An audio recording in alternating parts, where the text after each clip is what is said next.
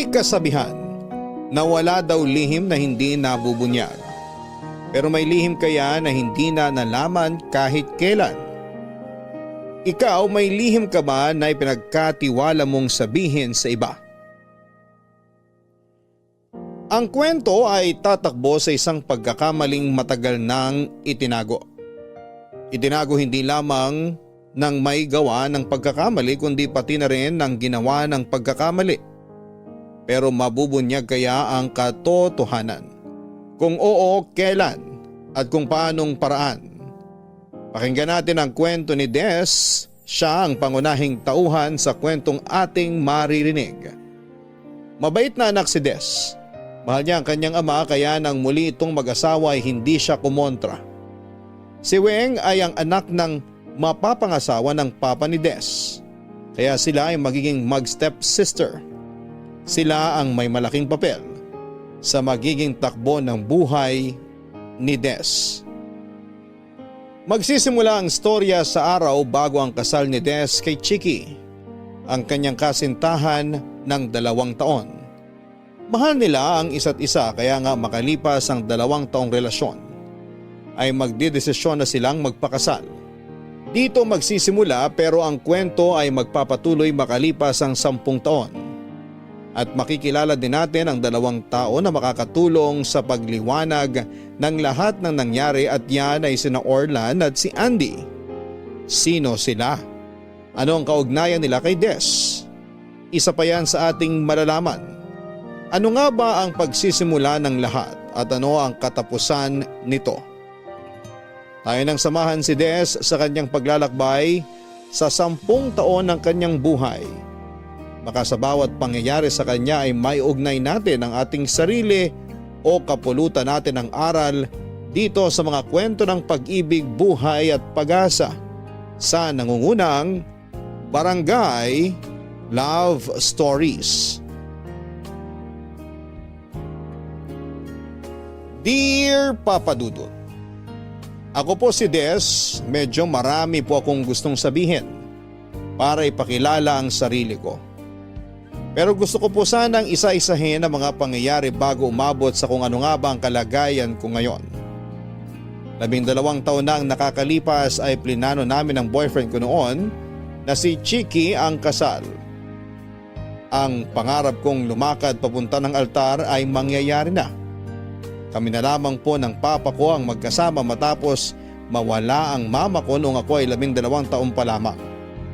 1 taon matapos mawala ang mama ko ay nakakilala ang papa ko ng isang babae na kaedad niya. Si Tita Josie, may anak siya si Weng na mas matanda sa akin ng 2 taon. Nagpakasal po sila ni papa kaya naging stepmother ko siya at naging stepsister si Weng.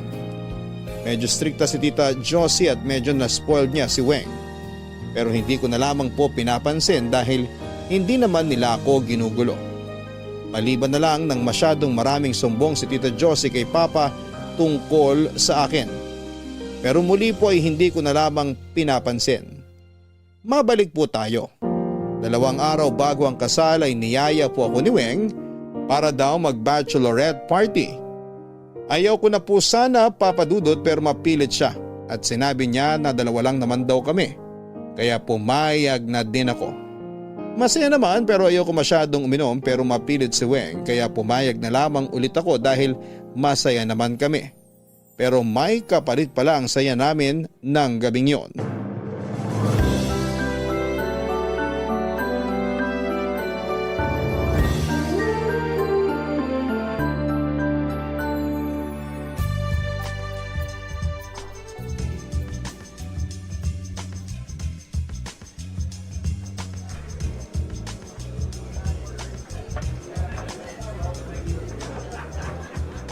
Oh, toast tayo!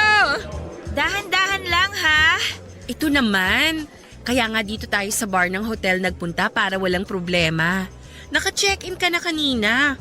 Pag nalasing, edi akit ka na lang sa itaas. Kahit na, ayoko din masyadong uminom. O siya, kung yan ang gusto mo. Kahit unti-unti lang ang pag-inom. Sip ka lang basta umiinom ka. Oo na, ikaw talaga. Oh, toast! Congratulations! Salamat.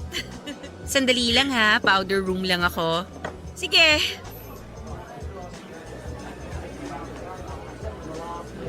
Excuse me. Sorry sa abala.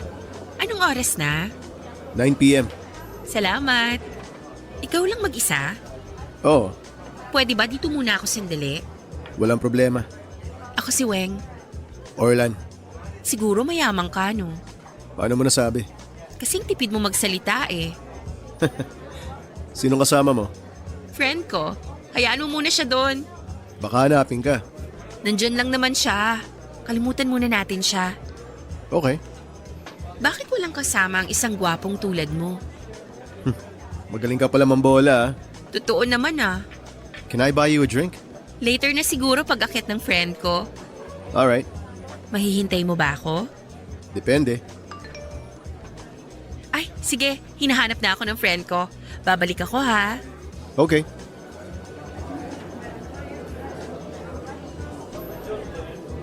Nag-powder room ka ba talaga? Parang ang oily mo pa rin eh.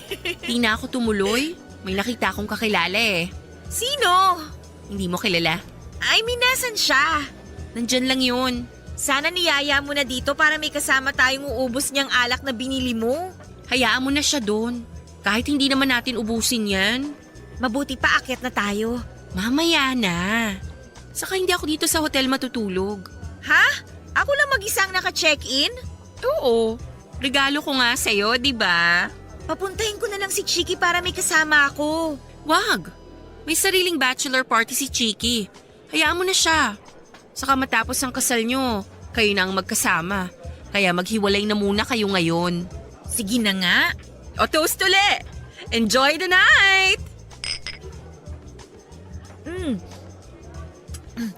Matapang yata tong alak. Bakit naman? Parang nahihilo na ako eh. Hindi ka kasi sanay uminom. Kaya akala mo nahihilo ka na. Hindi, nahihilo talaga ako. Hay nako, psychological lang yan. Toast pa! Para sa masayang future! Mamaya na, kaiinom ko lang eh. Ay nako, dapat nakipag-toast ka. Para sa masayang future nga, di ba? Baka mamaya pumangit ang future mo. Uy, wag ka naman ganyan. Pwede naman makontra yon. Inumin natin straight tong mga alak natin. Ha? Sige ka. Sige na nga. Para sa masayang future! Ko! Ano?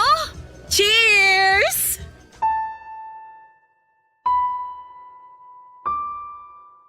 Papadudot matapos kong maubos yung laman ng baso ko, ay parang nawala ako sa sarili ko. Wala na akong matandaan at tinawag pala ni Weng ang isang waiter doon at sinabihan na ihatid ako sa kwarto ko.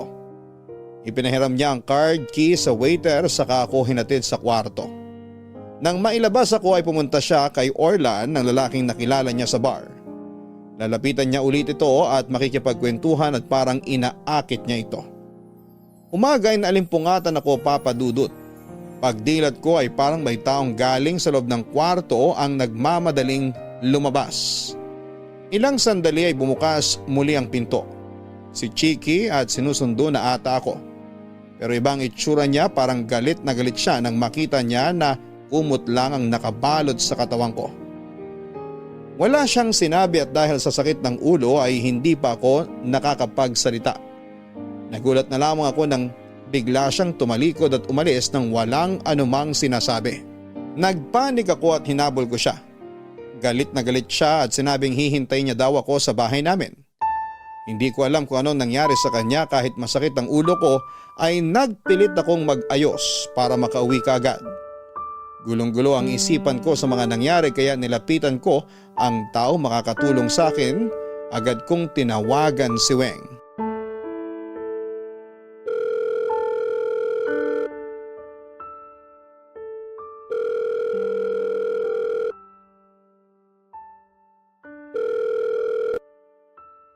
Hello?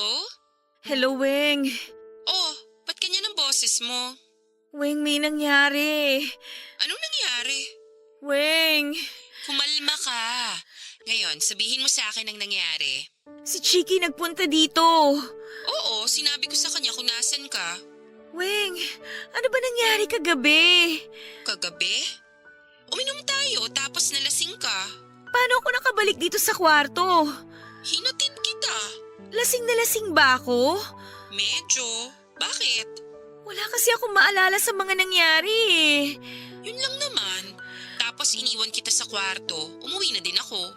May pumasok yata dito. Ha? Sino? Hindi ko alam. Paano mo nasabing may pumasok? Kasi kanina pagkagising ko, parang may nakita ako eh. Parang may nakita? Hindi ka sigurado? Hindi ko alam. Masakit kasi ang ulo ko. Kaya hindi pa ako nakakadilat ng maayos. Pero may nakita kasi akong lumabas mula sa kwarto. Sigurado ka ba o baka guni-guni mo lang? Hindi ako sigurado eh. O anong gumugulo sa'yo? Pagdating ni Chiki, parang galit siya. Galit? Oo. Paanong galit? Hindi niya ako pinansin. Pwede ba yun? Oo, hindi man lang niya ako binati. Naguguluhan ako. Iba yung itsura niya. Tapos sinabi niya na hihintayin daw niya ako sa bahay. Oh, kinausap ka naman pala eh. Iniwan niya ako, hindi siya ganun. Dapat sasabay siya sa akin pa uwi. Baka naman may espiritu pa ng alak na ininom mo kagabi kaya akala mo galit siya. Hindi niya nga ako hinintay. Teka, huwag ka munang magtaas ng boses.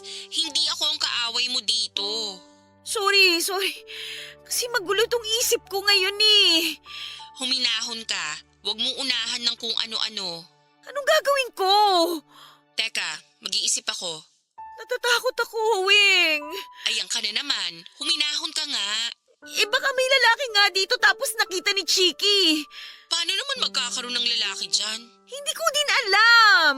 Saka paano siya makakapasok? May susi siya? Hindi ko din alam, ewan ko. Kaya nga gusto ko malaman na nangyari eh. Lasing na lasing ka kasi. Hindi kaya nung iniwang kita, lumabas ka pa? Tapos nakilala mo yung sinasabi mong lalaki at pinapasok mo dyan? Ano ka ba? Hindi ko naman magagawa yun. Pero lasing na lasing ka. Kahit pa. Alam mo naman ang utak natin pag lasing hindi gumagana ng tama. Hindi ko nga kayang gawin yun kahit malasing pa ako. Pero hindi ka naman umiinom, di ba? Hindi nga. Baka yun na nga.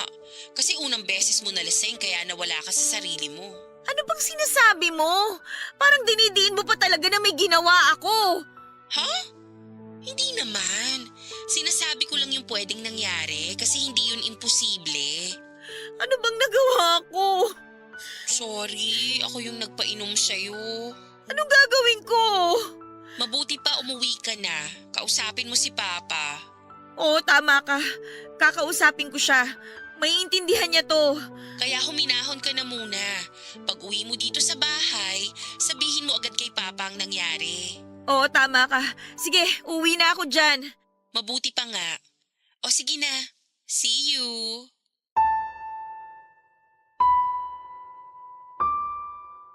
Papa Dudut, nakampante ako nang sabihin ni Weng na sabihin kay Papa. Siguradong maintindihan ni Papa ang mga nangyari. Pero wala akong dapat ipaliwanag dahil wala naman akong ginagawang mali. Malinis ang konsensya ko at yon ang pangahawakan ko. Pero iba ang inaasahan ko. Pagdating sa bahay, nasa sala silang lahat at parang hinihintay ang pagdating ko. Hindi lang si Papa ang andon, pati sina Tita Josie at Weng, Papa Dudut, at nandun din si Chiki. Kaya alam ko na nagsumbong ito kay Papa. Sa itsura ni Papa ay mukhang naniwala siya sa kwento ni Chiki. Nakiusap ako na hayaan ako magpaliwanag pero galit na galit si Papa. Kaya nakakahiya daw ako at ayaw niyang madinig ang paliwanag ko. Maya-maya ay nagpaalam kay Papa si Chiki at hahabulin ko siya pero bigla niyang sinabi na hindi na matutuloy ang kasal. Napakasakit marinig ang sinabi niya, Papa Dudut. Lahat sila ay nagdidesisyon nang hindi naririnig ang panig ko. Para akong mag-isa nung araw na yon. Umalis din si Papa at ang stepmother ko. Mabuti nagpaiwan si Weng, mailalabas ko sa kanya ang bigat na nasa dibdib ko. Pero nagulat ako nang tumawa si Weng nang dalawa na lamang kaming nandun. Sinabi niya na siya ang nagsabi kay Papa ng nangyari at hindi si Chiki at sa kanya inamin na plinano niya ang nangyari. Nilagyan niya ng pampatulog ang iniinom ko ng gabing yon at ganon din ang ginawa niya sa lalaki nandoon sa kwarto ng umagang yon. Para pa siyang nanuya, Papa Dudut, dahil pinagtatawanan niya ang mga ginawa niya.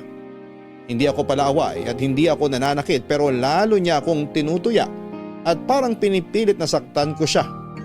Nagtagumpay siya kaya nasa bunutan ko siya sa sobrang galit. Yun ang aktong nakita ni Papa at ng stepmother ko. Kaya ako naman ang napag-initan. Binaligtad pa ako ni Weng at galit silang lahat sa akin sa bahay. Makalipas nga ang isang buwan ay may kakaibang nangyayari sa akin. Doon ko nalaman na buntis na pala ako. Dahil doon ay ipinatapon ako ni Papa sa mga kamag-anak namin sa ibang bansa.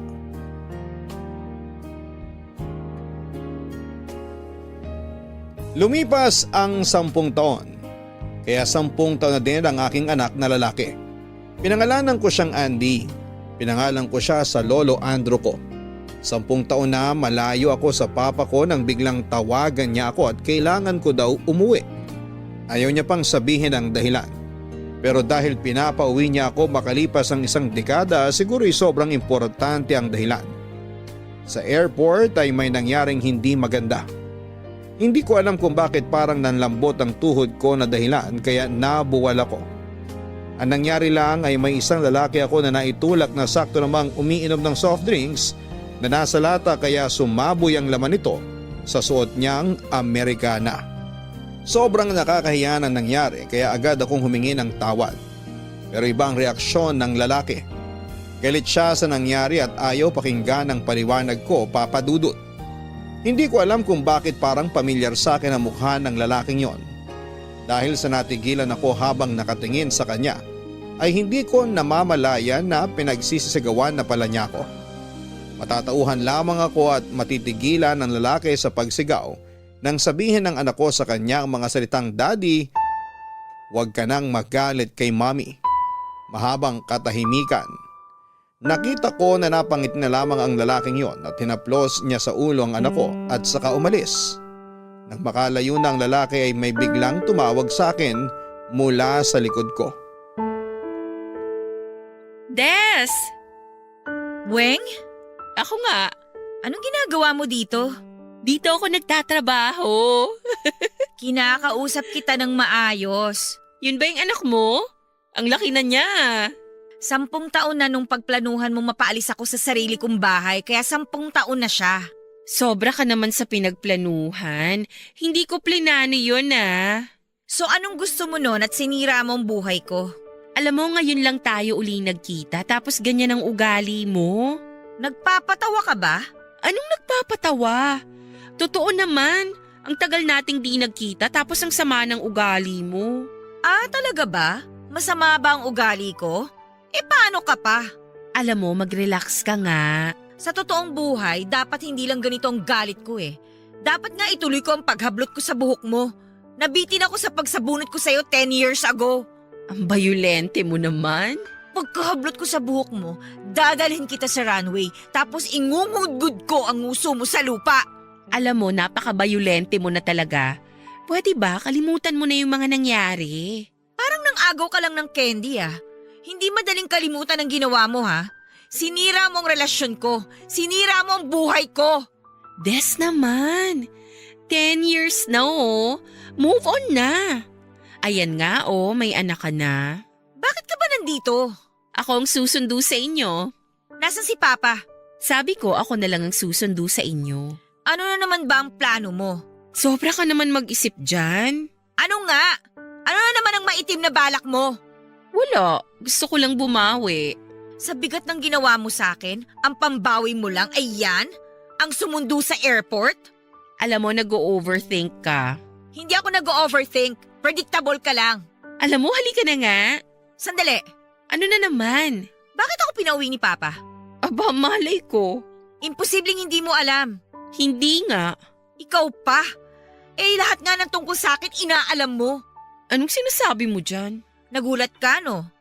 Oo, alam ko na pinakikialaman mo lahat ng nangyayari sa akin. Hindi na lang ako kumikibo. Hindi ko akalain na aabot ka sa paninira ng relasyon ko kay Chiki at relasyon ko kay Papa. Hindi ako nagulat, no? Natatawa ako sa mga paratang mo. Gusto mo ba isa-isahin ko? Tigilan mo na nga yung walang kwentang iniisip mo. Bakit nga ba ako pinauwi ni Papa ng biglaan? May sasabihin siya sa'yo. May sasabihin lang pinauwi pa ako dito? Pwede namang sabihin sa telepono, di ba? Aba malay ko. Hindi ka pa rin talaga nagbabago. Talaga. Sinungaling ka pa rin at ang pangit mo umarte. Alam mo, nagmamagandang loob lang ako dito. Paano makakapagmagandang loob ang isang taong maitim ang budhi?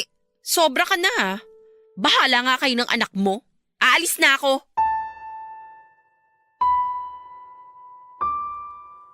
Papa Dudut, hindi kami sumabay kay Weng. Wala kasi talaga akong tiwala sa kanya. Pangit ang iniisip ko pero hindi mo naman ako masisisi. Sobrang ginawa niya sa akin tapos ay parang wala lang sa kanya. Nagtaksi na lamang kami ng anak kong si Andy. Pero pagdating sa bahay ay parang hindi nila nakikita si Andy. Kahit masigla silang binate. Okay lang sana kung si Weng at ang nanay niya ang hindi mamansin pero pati si Papa ay wala siyang pakialam sa sarili niyang apo. Mabuti na lamang ay kinausap ko si Andy bago kami umuwi dahil alam kong mangyayari yon. Sinabihan ko siya na huwag na lang din niyang pansinin kung ano man ang mga ugali ng nasa bahay na yon. Ayoko nang magtagal pa kami ng anak ko sa bahay na yon. Kaya tinanong ko na si Papa kung ano ang dahilan ng pagpapauwi niya sa akin. Bago pa niya nasagot ang tanong ko ay dumating si Chiki. Nagulat ako. Tumingin lang siya sandali sa akin tapos ay dumiretso kay Weng at humalik dito. Saka sinabi ni Papa na pinauwi ako dahil sa hiling ni Weng. Dahil gusto raw ni Weng na magkakasama ang pamilya niya sa araw ng kasal niya. Napakasama talaga ng ugali ng babaeng yon. Kitang-kita ko kung bakit gusto niya akong umuwi para ipamukha sa akin na ang mapapangasawa ko dapat ay ang pakakasalan niya. Ewan pero hindi ako nasaktan. Parang baliwala na lang sa akin ang mga nalaman ko. Wala na akong pakialam sa kanila, isa na lamang ang importante sa akin at yun ay ang anak ko. Gusto ko nang makaalis kami ng anak ko sa bahay na yon bago kami umalis ay sinabi ko pa na hindi ako interesadong pumunta sa circus na yon, Papa Dudut. Pinatawagan mo talaga ako sa reception para bumaba dito? Ano bang kailangan mo? Mag-usap tayo. Paano mo nalaman na nandito kami sa hotel na to? Hindi na importante yun. Importante yon. Wala naman nakakaalam kung nasan kami, paano mo nalaman? Hayaan mo na nga sabi. Bakit ayaw mo sagutin? Dalawa lang naman yan eh. Pwedeng sinusundan mo kami? O mangkukulam ka talaga? Pwede ba? Hindi ako nagpunta dito para makipag-away. Aba dapat lang. Nakakahiya naman na ikaw na ang may kasalanan at ikaw pa ang mga away. Kung ganun, ibang klase na talaga ang kakapalan ng mukha mo. Nagpapakumbaba na ako dito oh. Sa'yo talaga galing yan ha? Alam mo magpapahinga pa ako. Walang kasama yung anak ko sa kwarto namin. Kaya sabihin mo na ang sasabihin mo tapos umalis ka na. Pumunta ka na sa kasal. Teka nga, bakit pa atat na atat kang pumunta ako sa kasal mo? Ano na naman ba ang bago mong plano? Wala. Nagigilty kasi ako sa nangyari. Wow! Tinamaan ka ng guilt after 10 years? Kaya gusto kong bumawi. Iba ka din talaga eh, no? Babawi ka sa masamang ginawa mo sa akin sa pamamagitan ng pag-iimbita at pagpapapunta sa akin sa kasal mo sa lalaking dapat ay mapapangasawa ko? Des naman. Kalimutan na natin ang mga nangyari noon. Mag-move on na tayo. Ang daling sabihing mag-move on, ano? Please naman, pumunta ka na. Alam mo, sige. Darating kami sa kasal mo.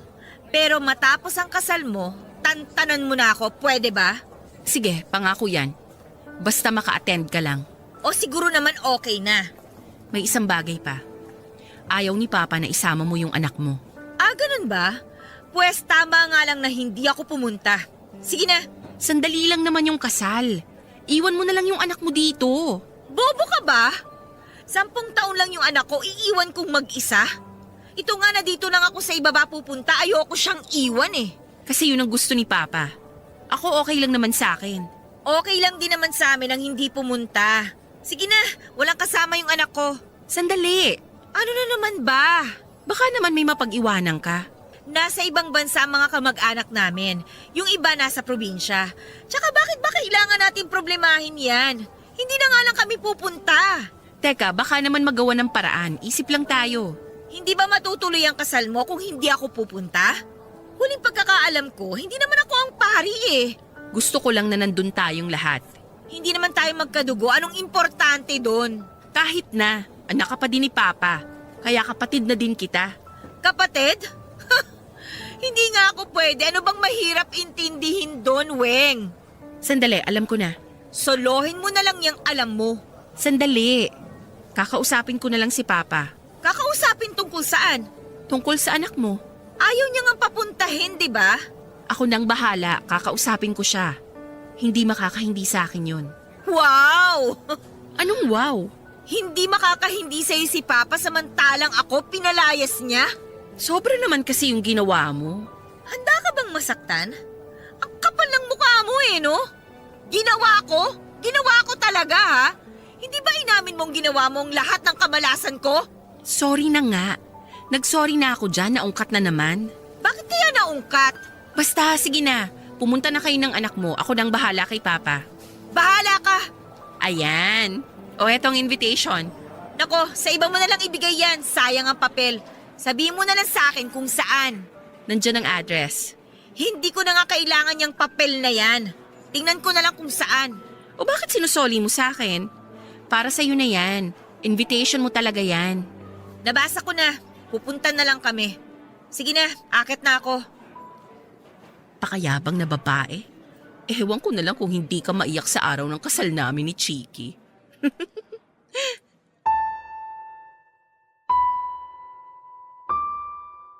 Papa Dudut, ewan ko ba?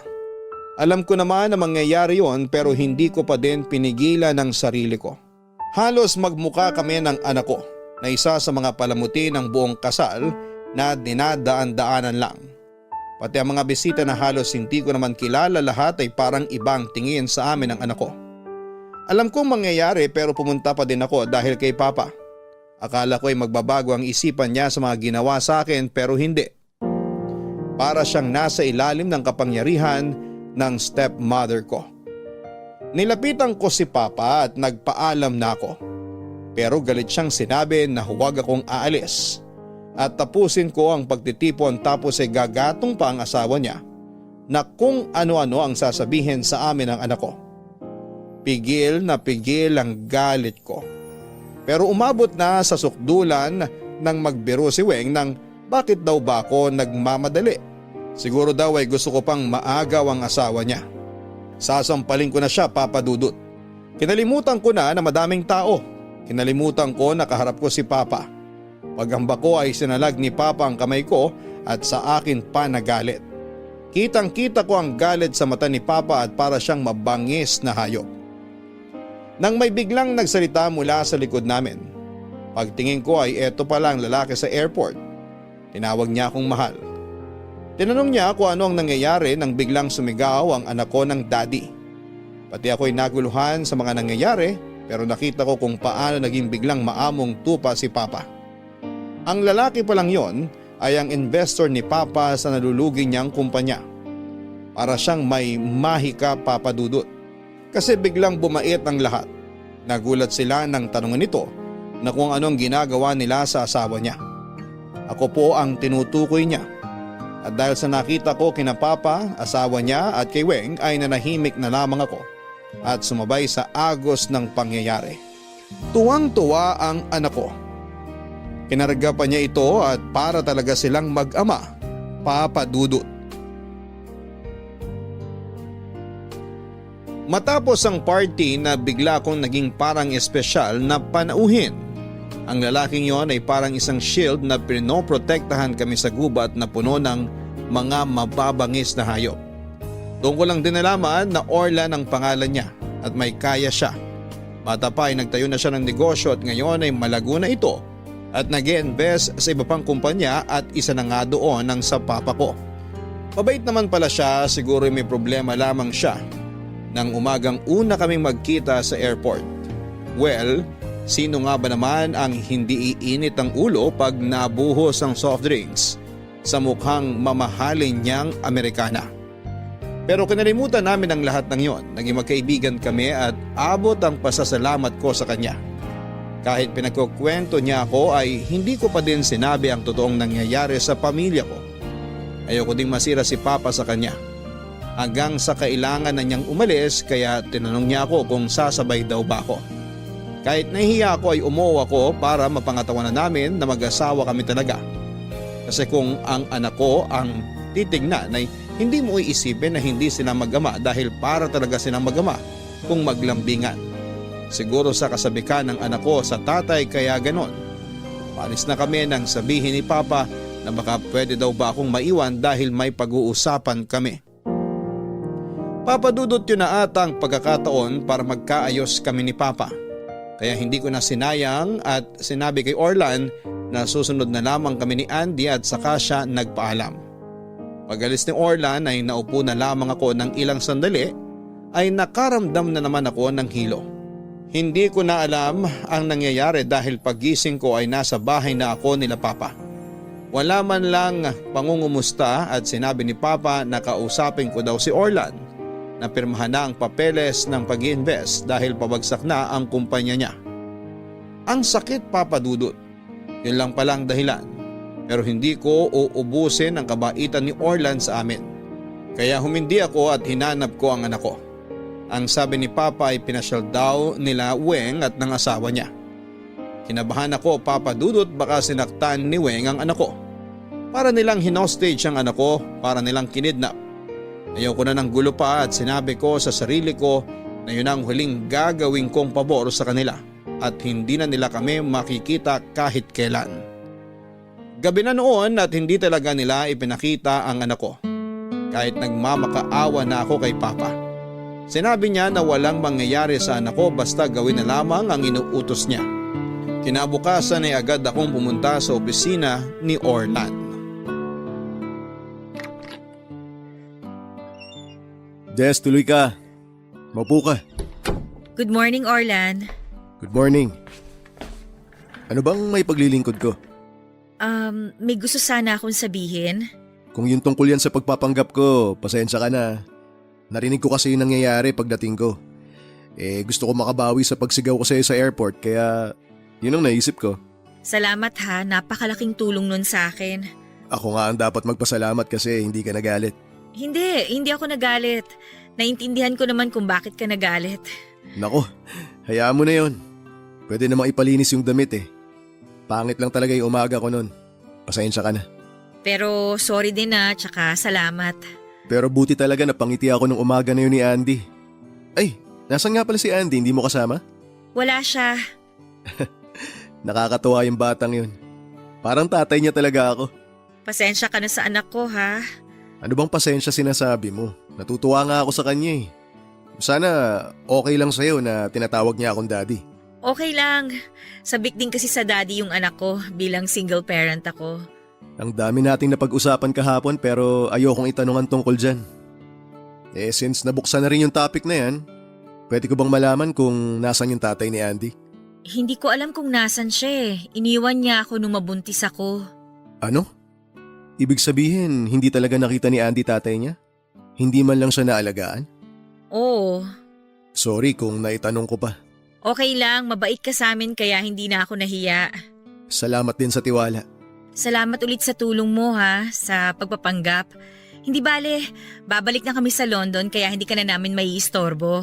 Ano bang maiistorbo? Natutuwa nga ako kay Andy. Nga pala, kung doon mo na ipinanganak si Andy, bakit magaling siya magtagalog? Puro Pilipino naman ang kasama niya sa bahay kaya sabi ko dapat marunong siya ng lengguwahe ko. Kaya ayun, sanay na yung anak ko. Nakakatuwa talaga yung anak mo. Alam mo, nun ko lang din nakita yung anak ko na ganun kasaya. Nung makita ka niya. Siguro anak ko siya nung unang buhay ko. Ano? Alam mo yung tinatawag na deja vu? Naramdaman mo na ba yung pag may napuntahan kang lugar for the first time? Tapos pakiramdam mo parang napuntahan mo na yon? O kaya may nakilala kang tao sa unang pagkakataon pero parang nakilala mo na siya dati? Ibig sabihin daw nakapunta ka na sa lugar na yon at nakilala mo na yung taong yon nung unang buhay mo. Siguro nga, pero hindi pa nangyayari sa akin yan eh. Nung una tayong magkita, hindi mo ba naramdaman na parang nagkita na tayo dati? Kung aalalahanin ko, parang nga. Pero dahil masyadong maraming nangyayari nun, Hindi ko na in-entertain yung pakiramdam. Wow, nakakatuwa naman. Nakakatuwa? Oo, kasi parang ganun din yung naramdaman ko nun. Parang nagkita na tayo. Siguro nga totoo yung deja vu. Kaya si Andy, siguro nga anak ko siya nung unang buhay ko. Nakakatuwa naman tong mga pagkakataon na to. Ano kaya buhay ko noon? Mabait ka, kaya siguro maganda din ang buhay mo dati. Pasensya na ha, naisip ko lang din kasi yung totoo. Ano kaya ang buhay ko noon? Kung ako ang tatanungin, siguro ganun pa rin. Mabuti kang ina eh. Kaya nga binabati kita. Kasi kahit mag-isa mong pinalaki si Andy, napalaki mo siya ng tama. Mabait, matalino. Salamat. Alam mo kung ibang tao ka lang, siguro nag-take advantage ka na sa akin. Pero masasabi ko na iba ka. Halos lahat kasi na nakikilala ko lagi may hinihinging kapalit eh. Hayaan na nga natin yung mga yun. Nakakahiya tuloy, naglabas pa ako ng hinanakit sa'yo. May nasabi ba akong hindi mo nagustuhan? May gusto sana akong sabihin. Sige lang. Ano yun? May transaction kayo ni Papa. Oo, meron. Ipapakiusap ko sana kasi Sandali. Tama ba tong iniisip ko? pirmahan mo na sana tong mga papeles ng investment mo sa kumpanya ni Papa.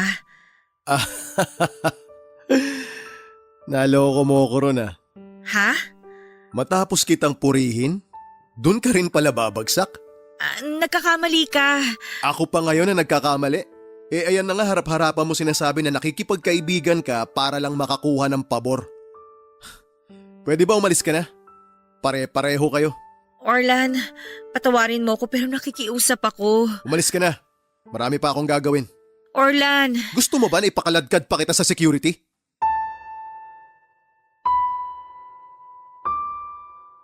Papadudot hiyang-hiya ako noon pero kailangan kong kapalan ang mukha ko para sa anak ko. Nagalit si Orlan sa akin at sinira ko ang isang magandang pagsisimula ng pagkakaibigan namin. Nang makaalis ako ay nakita ko ng assistant at best friend niya. Nalaman ko na kinausap pala nito si Orlan noong makaalis ako. Ipinaalala niya kay Orlan ang nangyari 10 taon nang nakakalipas. Nang utusan siya para kunin at burahin ang mga kuha ng CCTV sa isang hotel. Hindi pala ito binura ng kaibigan niya. Sa unang pagkakataon ay mapapanood ni Orlan ang footage ng CCTV. Magugulat siya nang makita niya na inaalalayan siya ng isang babae papunta sa isang kwarto. Wala na siya sa sarili niya na parang may nainom na kung anong klase ng droga. Nainis pa daw si Orlan dahil bakit pinaalala pa sa kanya ang nangyaring yon. Ipinaburan na niya yon noon dahil baka makasira sa kumpanya niyang pausbong pa lamang noong panahon na yon. Pero marami siyang hindi nakita kaya ipinaliwanag ng kaibigan niya na panoorin ulit. Nang i-rewind ang footage ay sa kanya nakita ang isang waiter na buhatang isang babae at dinala sa kwarto na kung saan siya inalalayan ng unang babae sa footage. Sa kanya nakita na ang unang babae ay ako at ang pangalawang babae na siya namang umalalay sa kanya ay walang iba kundi si Weng. Kaya pala pamilyar din kay Orlan si Weng nang una niyang makita noong kasal nito. Napagtagpi-tagpi ng magkakaibigan ang mga nangyari. Plinano ni Weng ang lahat at isa siya sa mga random na lalaki na naging biktima para sirain ang buhay ko. Hindi ko pa alam noon ang tunay na nangyari kaya dahil nga po sa bigo akong papirmahin si Orlan, sa kasunduan ay kinausap ko si Weng dahil siya ang kasama ng anak ko. Nakipagkita ako kay Weng sa isang parke. Weng! Nasa si Andy! Kasama ni Mommy. Bakit hindi mo sinama dito? Ipapasyal daw nila eh. Ano bang ginagawa nyo? Kidnapping na yan ah! Naku, edi mag-report ka. Salita mo laban sa aming lahat. Baka magbuka ka lang nababaliw. Ang sasama talaga ng ugali nyo. Wag mong kalimutan na ang papa mo ang nag-utos nito. Inutos niya dahil inutos ng nanay mo. Huwag mong pagbibintangan ng nanay ko ha. Kanino ka pa ba magmamana? Tumigil ka na. Ilabas niyo ang anak ko! Sige, mag-eskandalo ka. Tignan natin kung sino ang magmumukhang tanga. Ano bang kailangan ninyo? Sinabi naman sa'yo ng papa mo, di ba? Ayaw pirmahan ni Orlan. Baka naman hindi mo pinapirmahan. Nagalit siya sa akin! Sandali nga, asawa mo ba talaga siya? Ano bang pakialam mo sa buhay namin? Dahil ako ang asawa ko, pag sinabi ko, ginagawa niya. Huwag mong ipari si Orlan sa asawa mo. Kasi ang asawa mo, tanga! Anong tanga ang sinasabi mo dyan? Bitter ka pa din ba at hindi ka niya pinakasalan? Paulit-ulit ka! Sinabi ko nang wala na akong pakialam sa kanya at lalong wala akong pakialam sa inyo. Ang anak ko ang kailangan ko. Alam mo, pasalamat ka, nakakapagpahinga ka. Dahil may mag-aalaga sa anak mo. Pahinga? Ang laking stress ang ginagawa ninyo. Paano ako magpapahinga? Alam mo, yan ang problema sa'yo eh. Wala kang pagmamahal sa papa mo. Alam mo, kanina ka pa sabi ng papa mo eh. Bakit, tinakwil mo na ba siya kaya hindi mo na siya tinatawag na papa? Alam mo, may asawa na ako. At magiging maganda ang buhay ko sa piling ni Chiki. Kaya wala na akong pakialam sa papa mo. Ang kailangan niya nalang buhayin ay ang mama ko. Iba ka talaga? Yung ugali mo, akala ko sa teleserye ko lang makikita. Pero nandyan ka ngayon sa harap ko at ipinangangalandakan sa akin na ang pagiging sobrang sama ng ugali nangyayari din pala sa totoong buhay at ikaw ang buhay na katotohanan. Manahimik ka nga, ang dami mong sinasabi. Tatahimik ako, oo, sige. Pero ibigay niyo sa akin ang anak ko. Dahil kung hindi, baka ikaw manahimik ng literal. Tinatakot mo ba ako? Takot? Wala ka nun. Kaya nga hindi ko gagawing takutin ka. Eh bakit mo ako sinasabihang manahimik ng literal? Itanong mo dyan sa sarili mo. Ano ba? Kailan mo papipirmahin ang mga kailangan para mag-invest na ang lalaking yun? Hindi ganun kadali yun. Kung gusto niyong mapirmahan yon, huwag niyo siyang pagmadaliin. Nalulugi na ng sobrang negosyo ng tatay mo. Bakit ba nalugi si Papa? Malay ko. Malay mo? Hindi ba kayo ng nanay mo ang dahilan? Alam mo, kanina ka pa nang bibintang dyan ah. Eh kayo lang naman talagang kasama ni Papa eh. Baka nagsusugal ang papa mo. Hindi marunong magsugal si Papa. Natututunan naman ng pagsusugal ah. 10 taon na. Eh di marunong na siya magsugal. Pakisabi sa nanay mo salamat ha. Salamat saan? Sa galing niya sa pagtuturo ng sugal. Sa sobrang galing niya magturo na talo ng malaking halaga ang papa ko. Tumahimik ka na nga. Alam mo, akala ko may maganda kang sasabihin eh, kaya ako pumayag na magpunta dito. Kung wala ka palang magandang balita, aalis na ako. Nasaan ang anak ko? Alam mo kung ako lang ang tatanungin? Istorbo yung anak mo. Mabuti pa nga kunin mo na. Sabihin mo sa papa mo. Sandali! Ano na naman ba? Parang awa mo na. Sabihin mo na kung nasaan ang anak ko. Tawagan mo ang papa mo at ako pa ang maghahatid sa'yo sa anak mo. Diyan ka na. Weng!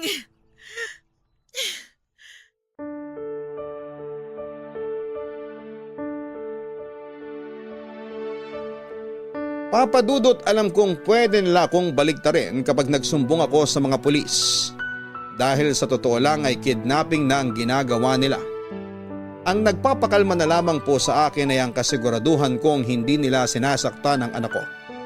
Dahil kapag nagsumbong ako sa pulis, kahit baligtarin nila ako, pag may galos o anuman ang anak ko o kaya ay nagsalita yun ay siguradong makukulong sila.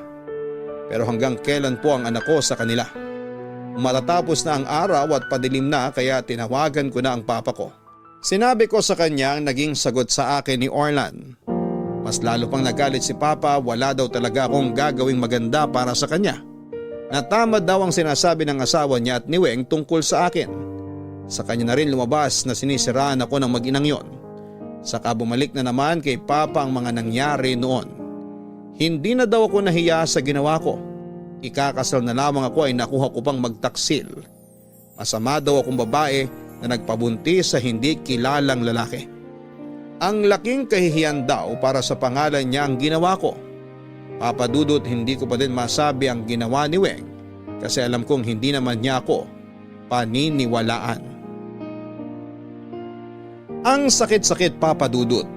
Yung taong inaasahan mo na magtatanggol sa'yo, yung taong akala mo na makakaintindi sa'yo ay siya pang nagtatakwil sa'yo.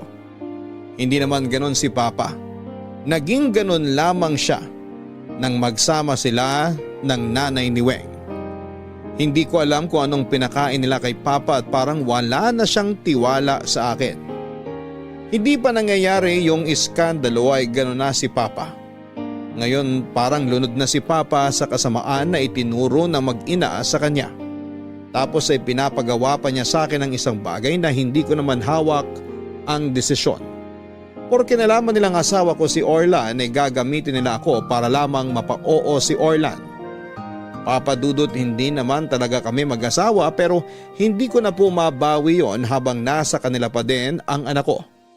Dahil yon sa pinanghahawakan ko para huwag nilang saktan ang anak ko. Matapos kong makausap ang papa ko ay tumawag naman si Orlan. Sinabi niya na pumunta ako sa opisina niya kinabukasan.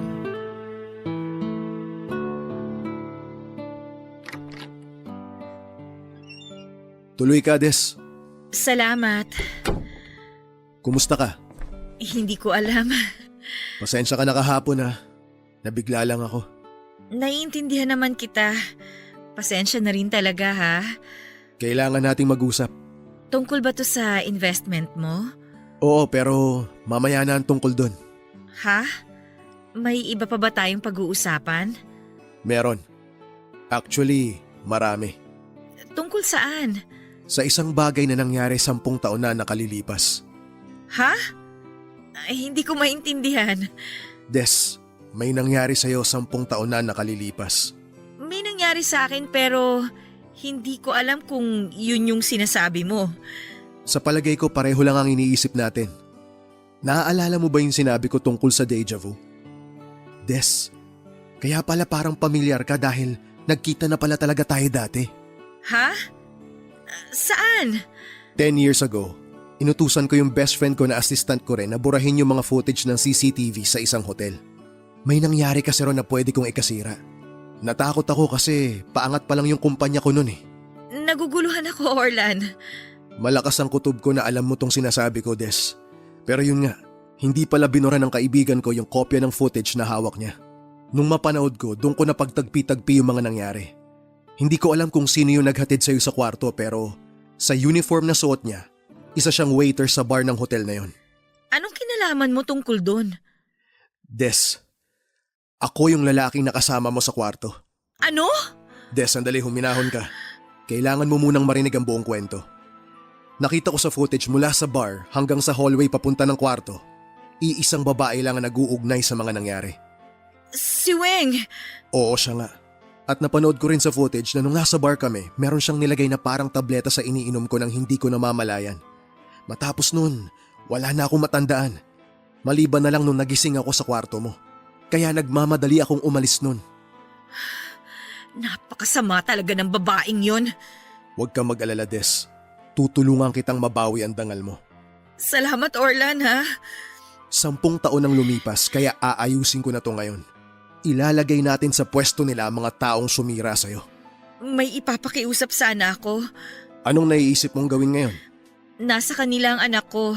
Hindi daw nila ibabalik sa akin hanggat hindi mo napipirmahan ang investment. Akala talaga nila asawa kita. Kaya ang alam nila, ako lang ang makakapilit sa'yo na pumirma. Gusto mo ba pumirma na ako? Hindi. Pero gusto ko munang makuha ang anak ko bago mo gawin ang gagawin mo. Maling-mali ang ginawa nila. Teka, kaya mo ba ako pinapipirma dahil nasa kanila si Andy? Itinatago nila sa'yo ang anak mo? Oo. Okay, ganito. Magsiset ako ng meeting. Sa bahay na lang ng papa mo para nandun silang lahat. Salamat, Orlan. Maraming salamat talaga. Des, patawarin mo ako. Kung noon ko pa siguro napanood yung footage, baka matagal ko nang naayos to. Pero naging makasarili ako. Iniisip ko kasi yung negosyo ko noon eh. Pasensya ka na. Kalimutan mo na yon. Ang importante ay yung ngayon. Yung alam na natin pareho yung katotohanan. Ang hindi ko maintindihan, bakit ginawa sa'yo ni Weng yun? Ano bang inggit niya sa'yo? Yung lalaking dapat na pakakasalan ko noon. Dahil sa lalaking pakakasalan mo noon? Ibig sabihin, hindi kayo nagkatuluyan? Nasaan na yung lalaking yun ngayon? Siya yung napangasawa niya nung nagpunta ka sa kasal niya.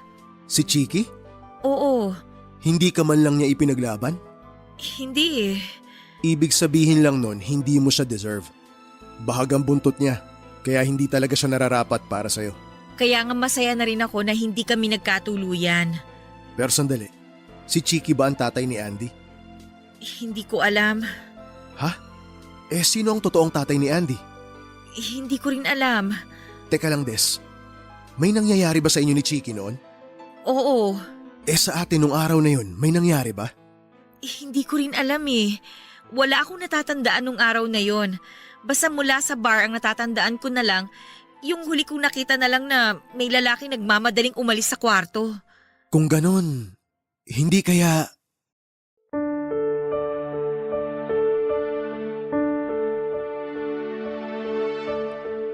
Sa totoo lang, Papa Dudut, ay hindi ko talaga alam kung sino ang tatay ni Andy.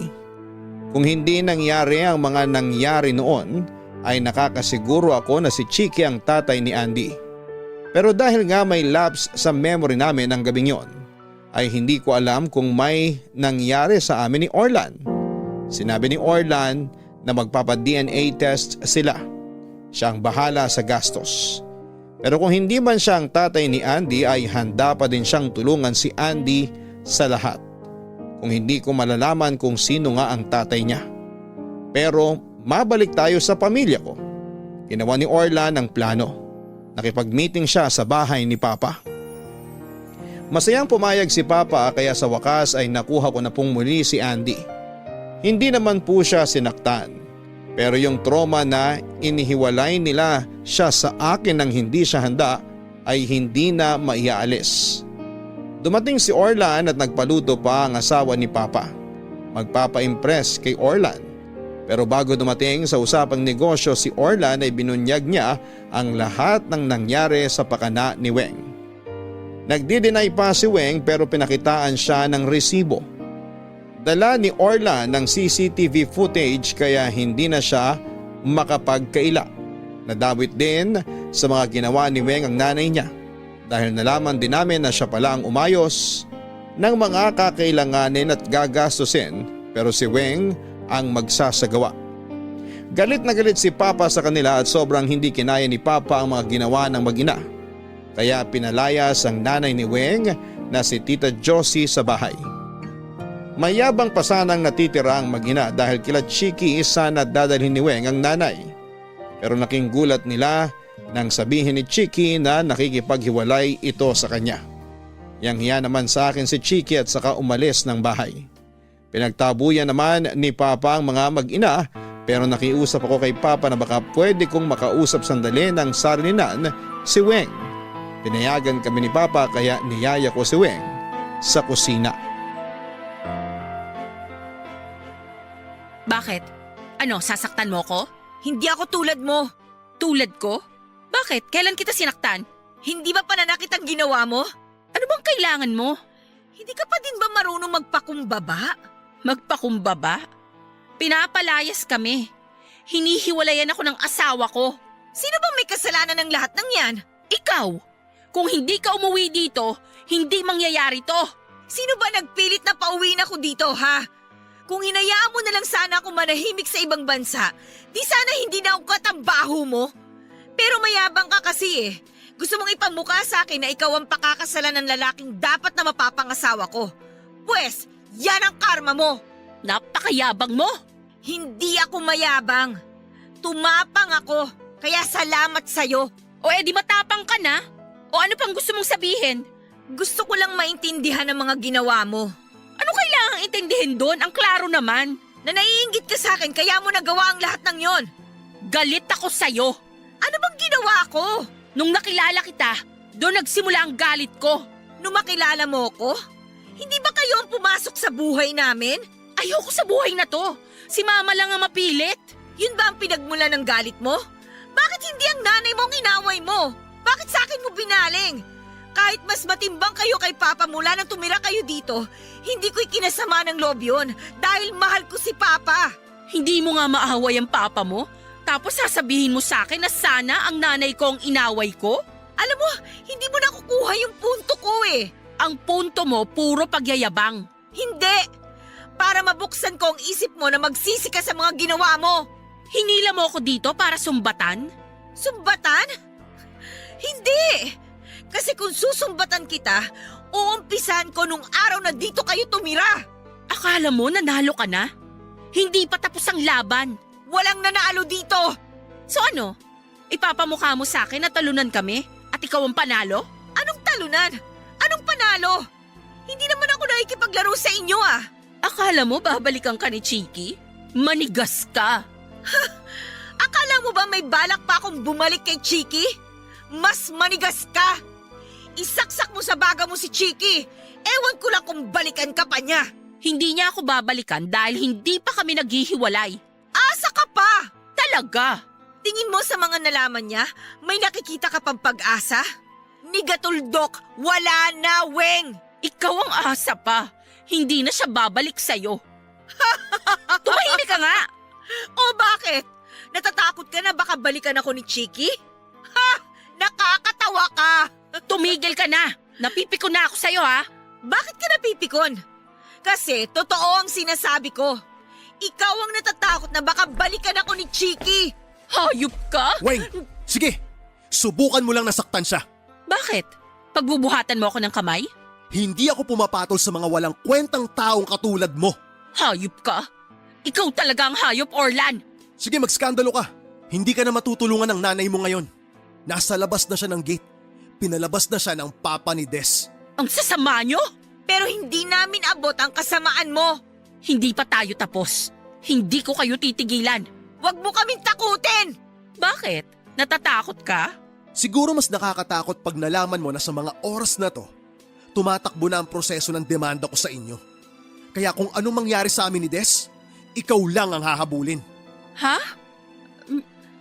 Hindi naman ako manggugulo. Tatahimik na kami. Huwag mo kaming ipakulong. Umalis ka na at huwag na kayong tatapak dito sa bahay ng papa ko! Des, please! Layas!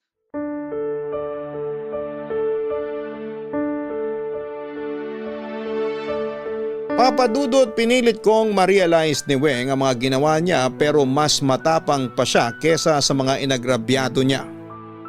Kaya wala na akong magagawa. Itinuloy ni Orlan ang pag-report sa pulisya pero hindi para ipakulong siya kundi para lang ipablatter. Nakakatakot din kasi ang pagbabanta. Pinapirma din siya sa kasunduan na hindi sila lalapit sa amin kahit kailan kaharapang abogado. Hindi na rin kami pinabalik ni Papa sa ibang bansa. Nakiusap siya na samahan namin siya sa bahay at tinanggap na niya ng buong puso si Andy at mahal na mahal niya ito. Itinuloy din ni Orlan ang pag-invest sa kumpanya ni Papa kaya ngayon ay katulong na din niya ako para maitaguyod ito. Humingi ng tawad sa akin si Chiki at binati niya din kami ni Orlan.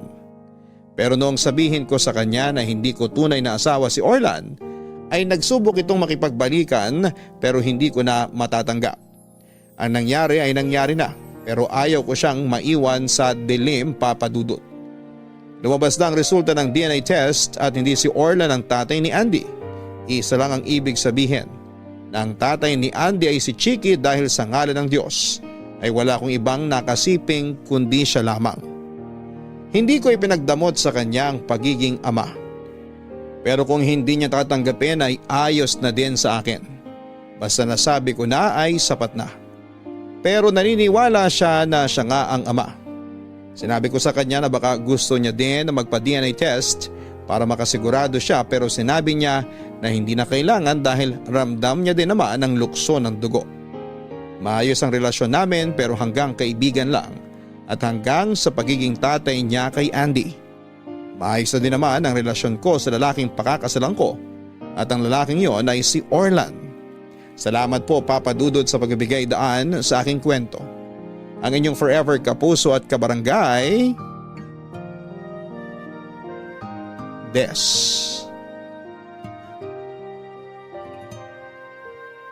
Gaano man itago ang isang baho ay mangangamoy at mangangamoy ito. Sa nangyari kay Des ay masasabi din naman na may magandang kinalabasan ng pangit na pangyayari. Una ay nang malaman niya na ang dapat na mapapangasawa niya ay hindi pala talaga buo ang tiwala sa kanya. Pangalawa ay nakilala niya naman ang lalaking mas magbibigay ng pagmamahal na karapat-dapat para sa kanya. Dagdag pa ang pagdating ng kanyang anak na parang anghel na nagdala naman ng kaligayahan lalo na ng panahon na sobrang lungkot niya. Subok na ng panahon na laging bumabalik ang mga hindi magandang ginagawa sa kapwa. Malaki man o maliit at gaano man ito katagal. Kaya dapat bago gumawa ng mali ay isipin ang epekto nito sa iba at isipin ang balik nito sa iyo. Hanggang sa muli, ako po ang inyong si Papa Dudut sa mga kwento ng pag-ibig, buhay at pag-asa sa Barangay Love Stories number 1. Sabay-sabay nating pakinggan ang iyong kwento ng pag-ibig, buhay at pag-asa. Ipadala lang sa barangaylovestories@yahoo.com. Nagustuhan ng iyong napakinggan? Ituloy yan via live stream sa www.gmanetwork.com/radio.